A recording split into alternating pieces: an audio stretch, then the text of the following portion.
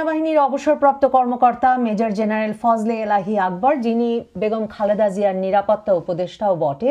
সাম্প্রতিক এক অনুষ্ঠানে তার এক বক্তব্যের জের ধরে আবারও 5ই আগস্ট মানে 2024 সালের 5ই আগস্ট কিংবা তার ঠিক আগের দুটো দিন সেনাপ্রধান ওয়াকারুজ্জামান ঠিক কি করছিলেন এই নিয়ে আমার যে কৌতূহল এবং আমি ধারণা করি আপনাদেরও যে কৌতূহল তা আবারও উস্কে উঠেছে। দেখুন, সেনাপ্রধান ওয়াকারুজ্জামান 5ই আগস্ট কি করছিলেন, কি ভাবছিলেন তা জানা অত্যন্ত জরুরি। এটা জানতে যে কেন সেনাপ্রধান ওয়াকারুজ্জামান হঠাৎ করে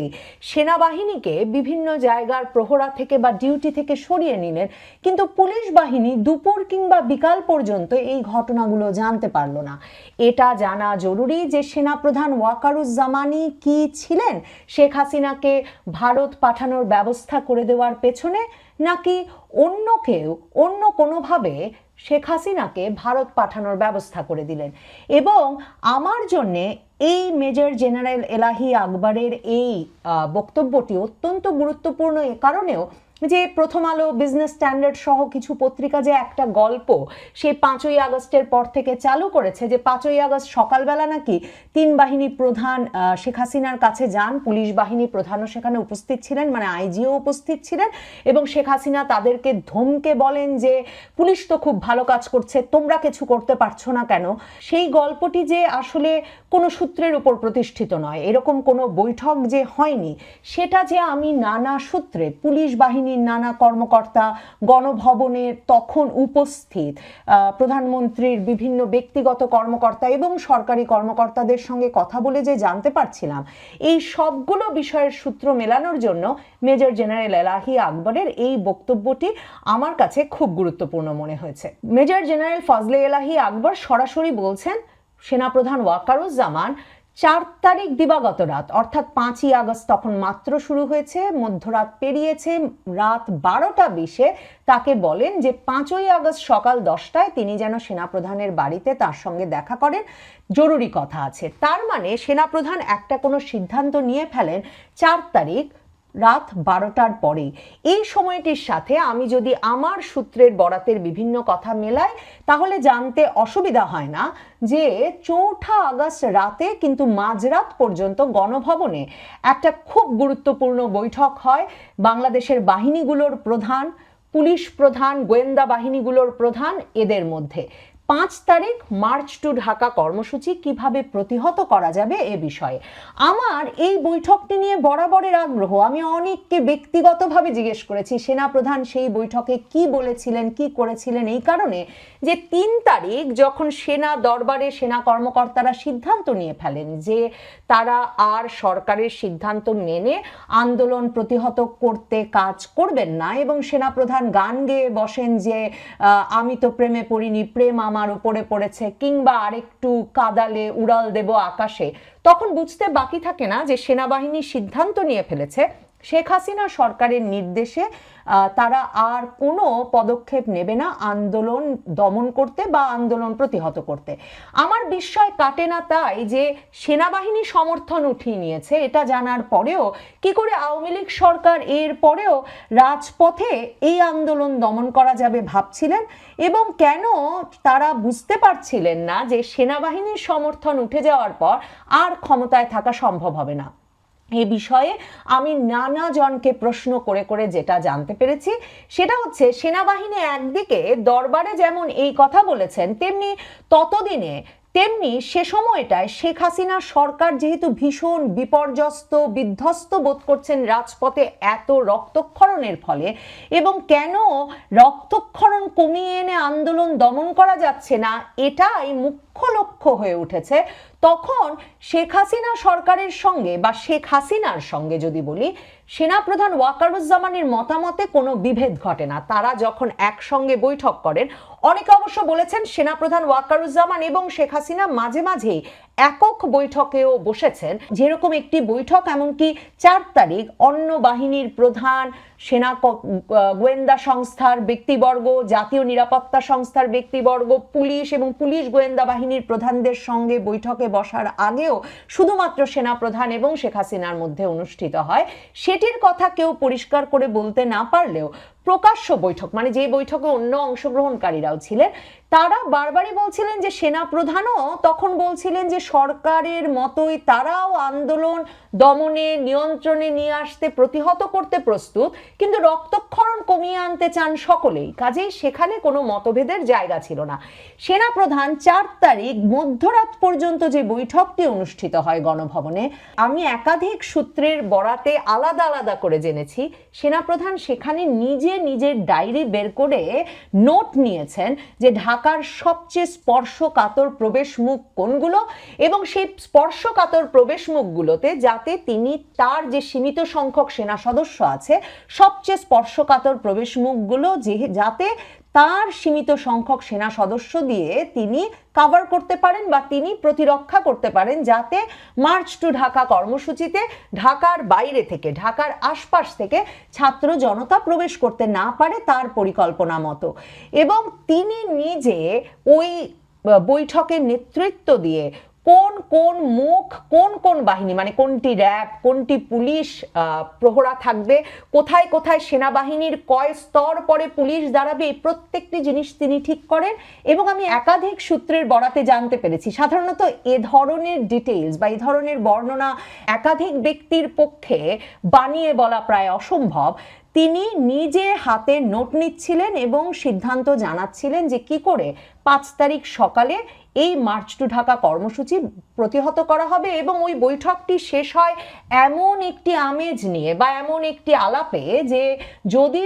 মার্চ টু ঢাকা কর্মসূচিতে ছাত্র জনতাকে ঢাকা অভিমুখে আসা ঠেকিয়ে দেওয়া যায়, তাহলে এরপর আসলে এই আন্দোলন ঝিমিয়ে পড়বে। এর সঙ্গে আমি যখন আমার ভারতের সাংবাদিক বন্ধুদের সঙ্গে কথা বলি এবং যারা পররাষ্ট্র মন্ত্রণালয়ের সঙ্গে, ভারতের সেনাবাহিনীর সঙ্গে কিংবা সেনা গোয়েন্দা সংস্থার সঙ্গে ঘনিষ্ঠভাবে কাজ করেন, তারা আমাকে বলেন এ কারণেই ভারতের ভেতরেও এমনকি 5 তারিখ পর্যন্ত তারা বুঝতে পারছিলেন শেখ হাসিনা তার রাজনৈতিক জীবনের সবচেয়ে বড় চ্যালেঞ্জের সম্মুখীন হয়েছেন, যেটা এমনকি বিবিসি বাংলায় শুভজ্যোতি ঘোষের লেখা প্রতিবেদনটি এবারের 5ই আগস্টে পড়লেও আপনাদের কাছে পরিষ্কার হবে যে ভারতের শীর্ষ রাজনীতিকরা, মানে প্রধানমন্ত্রী, পররাষ্ট্রমন্ত্রী, নিরাপত্তা উপদেষ্টা অজিত দোভাল, তারা বুঝতে পারছিলেন যে শেখ হাসিনা বড় ধরনের সংকটে পড়েছেন, কিন্তু তারা এটাও ভাবছিলেন যে শেখ হাসিনা এই সংকটও 5 তারিখটি কাটিয়ে ফেলতে পারলেই কাটিয়ে ফেলতে পারবেন, মানে তিনি সার্ভাইভ করে যাবেন। এবং ভারতীয় সেনাপ্রধানের সঙ্গে বাংলাদেশ সেনাপ্রধানের, মানে ভারতীয় সেনাপ্রধান উপেন্দ্র ত্রিবেদীর সঙ্গে বাংলাদেশ সেনাপ্রধানের নিয়মিত যোগাযোগ ছিল সে সময়টায়। মেজর জেনারেল ফজলে এলাহি আকবরও কিন্তু বলছেন 5ই আগস্ট সকাল 10:30টায় এই দুজন কথা বলেন। কিন্তু 10:30টার আগে 10টায় মেজর জেনারেল আকবর সেনাপ্রধানের দাওয়াতে তার বাড়িতে যাওয়ার আগে সেনাপ্রধান কোথায় ছিলেন? আমি আপনাদের বললাম যে প্রথম আলো বিজনেস স্ট্যান্ডার্ড যে লেখে যে 5 তারিখ সকালে আইজি সহ 3 বাহিনী প্রধানের একটা বৈঠক হলো শেখ হাসিনার বাড়িতে, মানে গণভবনে, সেই তথ্যের কোনো ভিত্তি পাওয়া যায় না। কারণ পুলিশ সকাল 11টা পর্যন্ত সারা বাংলাদেশ থেকে বিভিন্ন সিসিটিভি ক্যামেরায় যে লক্ষ্য রাখছিল এবং ঢাকা শহরের প্রবেশ মুখগুলোর অবস্থা কি সে বিষয়ে বিভিন্ন পুলিশ কর্মকর্তারা নিজ নিজ দপ্তরে বসে যে খবর রাখছিলেন, তারা প্রত্যেকেই নিশ্চিন্ত বোধ করছিলেন যে সকাল 11টা পর্যন্ত, 11টা একটা গুরুত্বপূর্ণ সময় হয়ে উঠবে, সেই সময়টা মনে রাখা জরুরি। 11টা পর্যন্ত কোনো প্রবেশ মুখ দিয়ে ঢাকায় ছাত্র জনতা প্রবেশ করতে পারেনি। গণভবন কর্মকর্তারা, এমনকি আপনারা নিশ্চয়ই শুনেছেন যত কথা নবনীতা চৌধুরীর সাথে অনুষ্ঠানে, তৎকালীন প্রধানমন্ত্রী শেখ হাসিনার বিশেষ সহকারী বিপ্লব বড়ুয়া বলেন 10:30টায় তিনি গণভবনে গিয়ে জানতে পারেন সেনাপ্রধান প্রধানমন্ত্রী শেখ হাসিনার সঙ্গে সাক্ষাৎ করে চলে গেছেন। কিন্তু তখনও তারা জানতেন না সেনাপ্রধান সেদিন কিছুক্ষণের মধ্যেই জাতির উদ্দেশ্যে ভাষণ দেবেন, বরং প্রধানমন্ত্রীর দফতরের কর্মকর্তারা তখন প্রস্তুত হচ্ছিলেন শেখ হাসিনা বঙ্গভবনে যাবেন খুব শিগগিরই রাষ্ট্রপতির কাছে, এবং তিনি 3-4 তারিখ ধরে বারবার যে কথা বলছিলেন যে প্রয়োজনে তিনি পদত্যাগ করবেন, তিনি পদত্যাগ করে ফেলতে চান।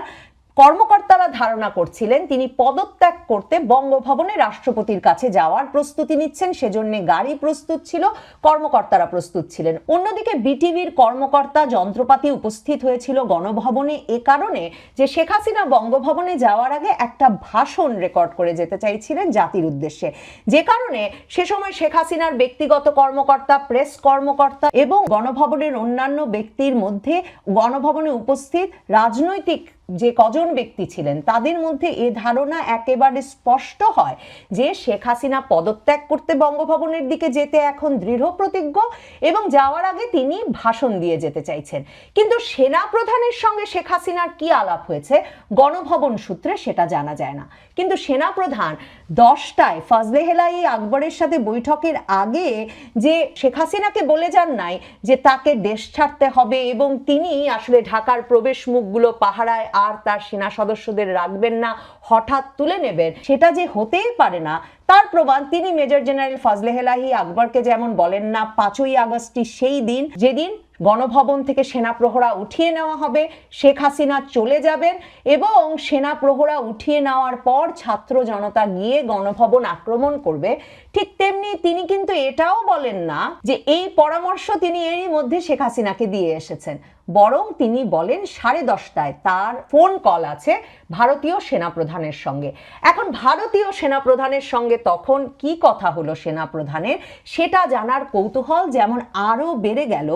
এ কারণে যে মেজর জেনারেল ফজলে এলাহি আকবরও সেনাপ্রধানের অনুরোধ সত্ত্বেও, তার মানে সেনাপ্রধান কিন্তু কিছু লুকোছাপা করছিলেন না পরিস্থিতি প্রসঙ্গে মেজর জেনারেল আকবরের সঙ্গে, অনুরোধ সত্ত্বেও মেজর জেনারেল আকবর ওই কথোপকথন শুনতে থাকলেন না, তিনি বেরিয়ে গেলেন সেনাপ্রধানের দফতর থেকে।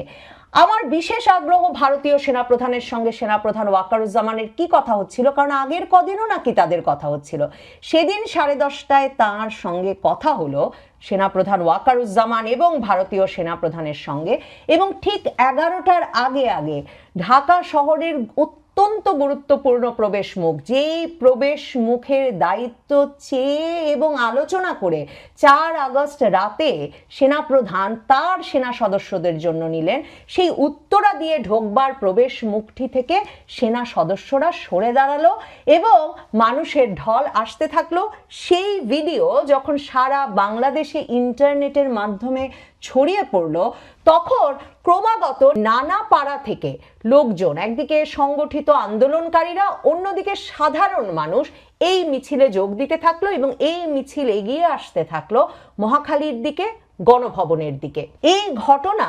আমি যেসব পুলিশ কর্মকর্তাদের বরাতে শুনেছি তারা বলেছেন যে ওই উত্তরা দিয়ে প্রবেশ কয়েকশো লোকের প্রথম এবং সেটাকে হাজার হাজার হাজারে পরিণত হতে দেখা, তাতেই বোঝা যাওয়া শুরু হলো যে কোনোভাবেই আর গণভবনে শেখ হাসিনা এবং 4 তারিখ সকালে লন্ডন থেকে ঢাকায় গণভবনে বোনের কাছে এই বিপদের সময় বা সংকটের সময় সঙ্গ দিতে আসা শেখ রেহানার পক্ষে থাকা সমীচীন হবে না। কিন্তু তখন পুলিশ বাহিনী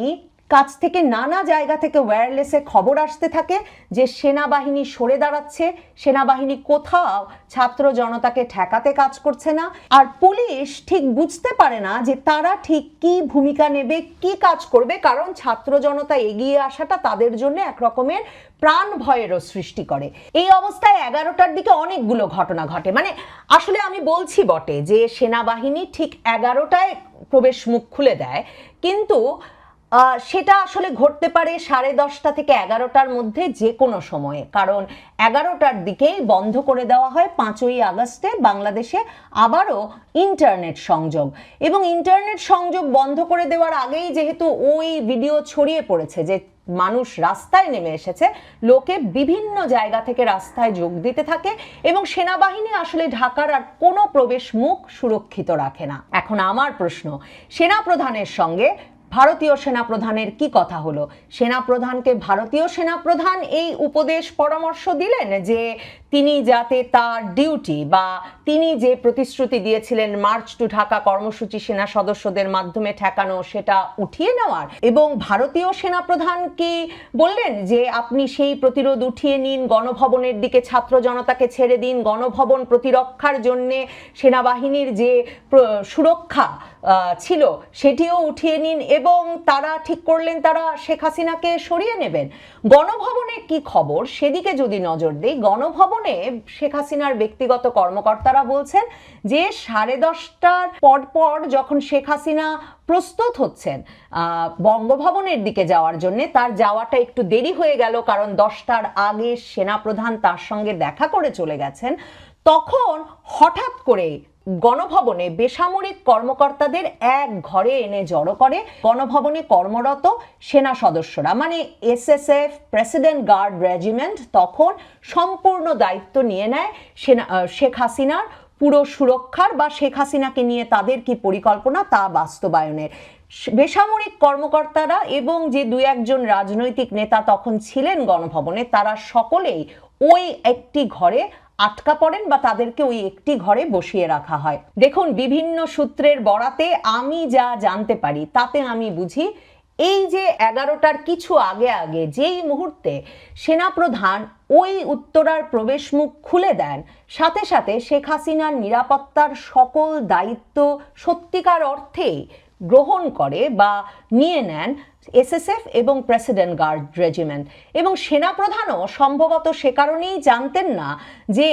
শেখ হাসিনা গণভবন ছেড়ে ভারতের উদ্দেশ্যে রওনা হবেন। তিনি যে এটা জানতেন না তার প্রমাণ আমি পাই জিএম কাদের, যিনি বলছেন 12:30টার দিক থেকে তিনি সেনাপ্রধানের দফতরে বসেছেন, কারণ সেনাপ্রধানের দফতর থেকে সকাল থেকেই বিভিন্ন রাজনৈতিক দলকে আমন্ত্রণ জানানো হচ্ছিল। তিনি বলেন তারা যখন সেনাপ্রধানের সামনে বসে আছেন তখন হঠাৎ করে এ খবর আসে যে শেখ হাসিনা দেশ ত্যাগ করেছেন, এবং তাতে সেনাপ্রধান ওয়াকারুজ্জামানও বিস্মিত হন। তাহলে সেনাপ্রধান ওয়াকারুজ্জামানের সাথে কি কথা হয়েছিল ভারতীয় সেনাপ্রধানের? মেজর জেনারেল ফজলে এলাহি আকবরের বক্তব্য থেকে এই ধারণাগুলোর অনেকগুলোকে প্রতিষ্ঠা করার সূত্র মেলে। তবে 5ই আগস্ট সেনাপ্রধান ঠিক কি করছিলেন, সেনাপ্রধান তৎকালীন প্রধানমন্ত্রী শেখ হাসিনাকে ঠিক কি কি বলছিলেন, সেই বিষয়গুলো যতদিন সেনাপ্রধান এবং শেখ হাসিনা তাদের বরাতে না জানা যাবে, আমার মনে হয় এ রহস্য ঘনীভূত হতেই থাকবে। কারণ সেনাপ্রধানের অত্যন্ত ঘনিষ্ঠ একজনের সূত্রে আমি এমনকি কথাও জেনেছি যে জিএম কাদেরের সঙ্গে কথা বলতে বলতে সেনাপ্রধান যে মাত্র খবর পান শেখ হাসিনা দেশ ছেড়েছেন, তিনি পাশের ঘরে চলে আসেন এবং এসে শেখ হাসিনাকে সরাসরি ফোন করেন। শেখ হাসিনা তখন ভারতগামী বিমানে উঠছিলেন এবং ফোন করে তিনি বলেন, স্যার আমার উপর আপনি ভরসা রাখলেন না। বিস্ময়কর হলেও সত্য, তখনও সেনাপ্রধান শেখ হাসিনার কাছে ভরসা প্রত্যাশা